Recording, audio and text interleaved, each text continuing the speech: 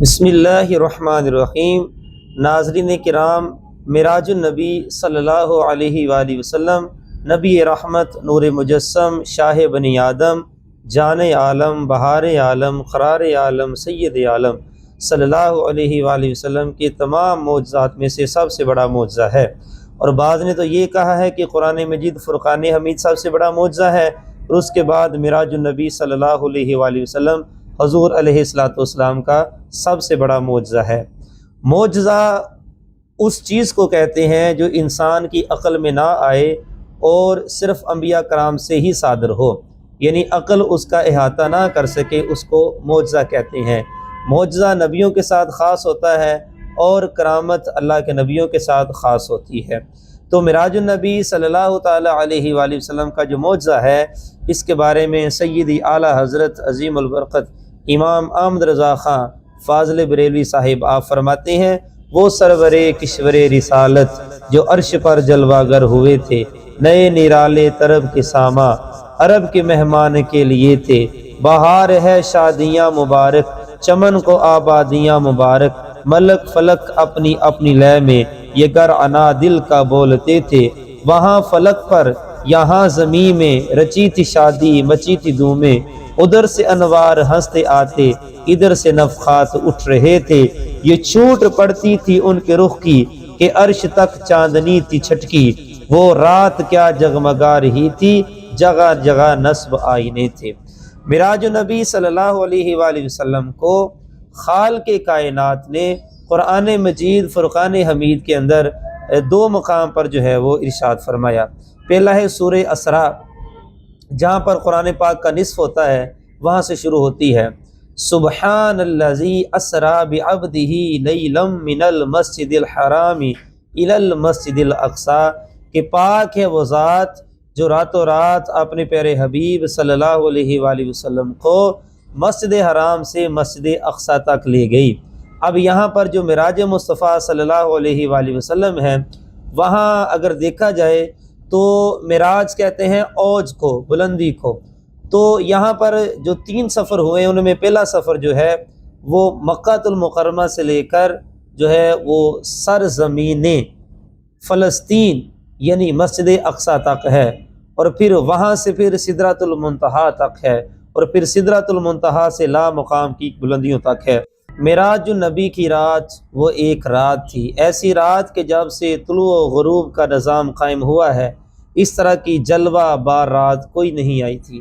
جانے دو عالم صلی اللہ علیہ وآلہ وسلم بیت اللہ کے ایک حصے میں جس کو حتیم کہا جاتا ہے، وہاں پر لیٹے ہوئے تھے۔ آپ کے چچا زاد سید الشہداء امیر طیبہ گورنر مدینہ حاضر حضرت امیر حمزہ پاک رضی اللہ تعالیٰ عنہ، اور آپ کے چچا زاد حضرت جعفر طیار رضی اللہ تعالیٰ عنہ بھی آپ کے دائیں بائیں محو خواب تھے۔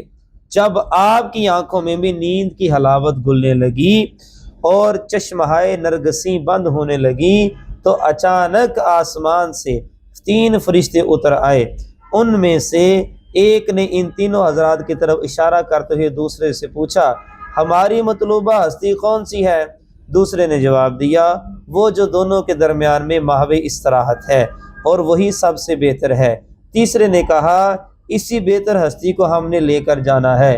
اس گفتگو کے بعد فرشتے واپس چلے گئے، دوسری رات پھر آئے اور اسی طرح باتیں کر کے چلے گئے۔ تیسری رات جانے دو عالم صلی اللہ علیہ وآلہ وسلم اپنی چچا زاد ام ہانی کے گھر ٹھہرے ہوئے تھے اور ایک کمرے میں آرام فرما تھے کہ اچانک اوپر سے چھت کھل گئی اور جبریل امین اندر آئے۔ جبریل کی آمد سے آپ اٹھ کے تو جبریل امین علیہ السلام آپ کو مسجد حرام لے آئے۔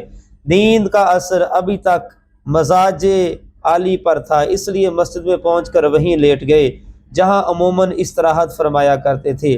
تھوڑی دیر بعد آپ نے پھر وہی منظر دیکھا جو گزشتہ 2 دنوں سے دیکھتے چلے آ رہے تھے، مگر اب کی بار فرشتے واپس نہیں گئے بلکہ آپ کو اٹھا کر چاہے زمزم کے پاس لے آئے۔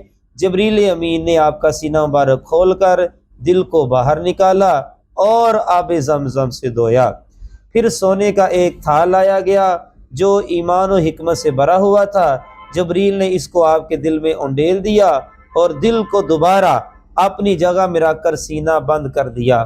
سفر کی ابتدائی تیاریاں مکمل ہو گئیں تو جان دو عالم صلی اللہ علیہ وآلہ وسلم کے روبرو سواری کے لیے براق پیش کیا گیا جو زین اور لغام سے آراستہ تھا۔ آپ اس پر سوار ہونے لگے تو اس نے کچھ شوخی دکھائی اور اچھلنے کودنے لگا۔ جبریل امین کو براق کی یہ حرکت آداب نبوت کے خلاف نظر آئی، اس لیے انہوں نے اس کی عیال پر ہاتھ رکھ کر زوردار تنبیہ فرمائی، شرم نہیں آتی تجھے براق؟ یہ کیا حرکت کی ہے تو نے، اور تجھے اس کی جرت کیسی ہوئی؟ اللہ کی قسم، جب سے تیری تخلیق ہوئی ہے تجھے کسی ایسی ہستی کی سواری بننے کی سعادت حاصل نہیں ہوئی جو اللہ کے نزدیک محمد صلی اللہ علیہ وآلہ وسلم سے زیادہ عزت دار یعنی مکرم ہو۔ یہ سن کر براق ندامت سے پسینہ پسینہ ہو گیا، خوف سے کانپنے لگا اور فی الفور پیٹ کو زمین سے لگا دیا تاکہ جان دو عالم صلی اللہ علیہ وآلہ وسلم بآسانی سوار ہو جائیں۔ جان دو عالم صلی اللہ علیہ وآلہ وسلم اس پر بیٹھ گئے تو بصد عزت و احترام ایک طرف سے جبریل نے رکاب تھام لی اور دوسری جانب سے میکائیل نے، مگر تھوڑی سی مشائیت کے بعد جبریل خود بھی براق پر بیٹھ گئے اور گائیڈ کے فرائض سر انجام دینے لگے۔ روانگی کے بعد نبی پاک صلی اللہ تعالی علیہ وآلہ وسلم نے مکہ کی سرزمین سے لے کر مسجد اقصی کی سرزمین تک جو مشاہدات دیکھے اس کو انشاءاللہ ہم وقتاً فوقتاً بیان ضرور کریں گے۔